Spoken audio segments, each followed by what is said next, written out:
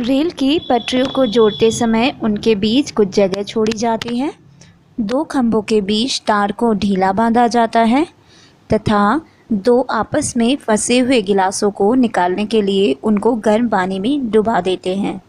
ऐसा क्यों होता है? क्या इन सभी बातों का ऊष्मा से कोई सीधा संबंध है? यदि है तो कैसे? आज के इस अंक में हम इन्हीं प्रश्नों के उत्तर ढूंढने का प्रयास करेंगे। हेलो एवरीवन, स्वागत है आप सभी का आपके अपने चैनल टुगेदर वी विल में। हम पढ़ रहे हैं कक्षा 7 की विज्ञान की पुस्तक का पाठ ऊष्मा एवं ताप। आज हम इसका भाग 5 पढ़ेंगे। वीडियो को ध्यान से सुनें और वीडियो के अंत में पूछे गए प्रश्नों के उत्तर देने का प्रयास करें। जैसा कि हम पहले भी डिस्कस कर चुके हैं कि जब किसी पदार्थ को ऊष्मा दी जाती है तो उसमें 3 प्रकार के परिवर्तन होते दिख सकते हैं। या तो पदार्थ के ताप में वृद्धि हो जाए, या उसकी अवस्था में बदलाव आ जाए, या फिर पदार्थ में प्रसार हो। पदार्थ के ताप में वृद्धि और उसकी अवस्था में परिवर्तन का अध्ययन तो हम पहले ही कर चुके हैं। एंड स्क्रीन पर आपको रिलेटेड वीडियोस के लिंक्स मिल जाएंगे, आप वहां से प्रीवियस वीडियोस को देख सकते हैं। आइए आज हम पढ़ते हैं पदार्थ में ऊष्मीय प्रसार के बारे में। ऊष्मा पाकर ठोस, द्रव व गैस के आयतन में प्रसार होता है। इस घटना को ही हम ऊष्मीय प्रसार कहते हैं। सबसे पहले हम ठोसों में ऊष्मीय प्रसार को एक एक्टिविटी से समझेंगे।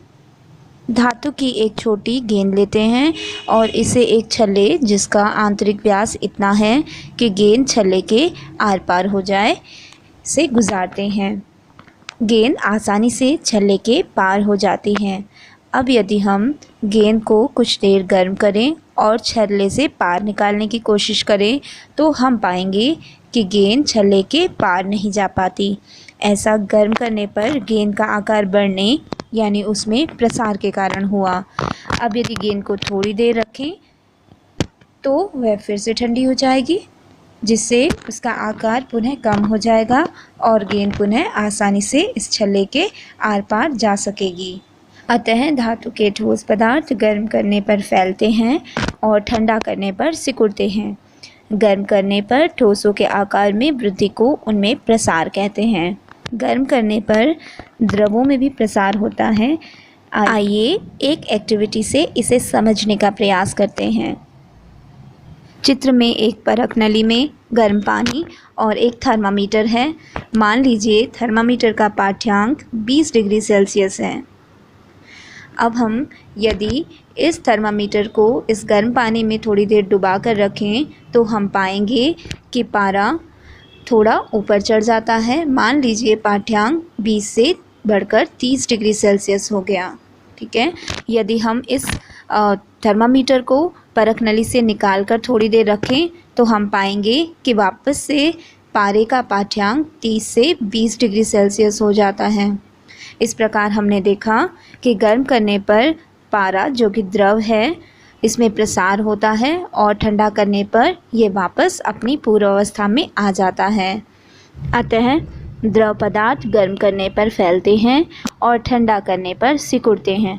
इसे द्रवों में प्रसार कहते हैं। आइए अब हम जानेंगे कि क्या गर्म करने पर गैसों में भी प्रसार होता है। कांच की एक साफ बोतल लेते हैं।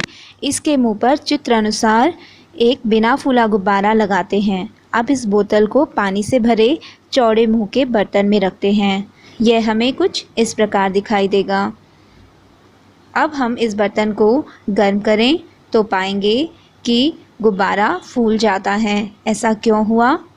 क्योंकि गर्म पानी के कारण बोतल के अंदर की हवा भी गर्म हो गई और हवा गर्मी पाकर फैलती है। गर्म हवा ऊपर उठकर गुब्बारे में प्रवेश करती है और गुब्बारा फूल जाता है। बोतल को अगर हम गर्म जल से निकाल लें तो गुब्बारा पुनः चिपक जाता है। इससे निष्कर्ष निकलता है कि ठोस तथा द्रव की भांति गर्म करने पर गैसों में भी प्रसार होता है। आइए अब हम दैनिक जीवन में ऊष्मा के प्रभाव को इन उदाहरणों से समझते हैं। रेल की पटरियों को जोड़ते समय उनके बीच कुछ जगह छोड़ी जाती है ताकि गर्मी के मौसम में पटरी गर्म होकर फैलने से टेढ़ी ना हो जाए। इसी प्रकार दो खंभों के बीच तार को ढीला बांधा जाता है जिससे सर्दी में तार के सिकुड़ने से तार टूटे नहीं या तनाव के कारण खंभे टेढ़े ना हो जाएं। इसी प्रकार दो फंसे हुए ग्लास को निकालने के लिए उन्हें थोड़ी देर गर्म पानी में डूबा रहने देते हैं ताकि गर्म होने पर गिलास में प्रसार हो और वह आसानी से अलग हो जाए। आगे आपके लिए कुछ प्रश्न हैं।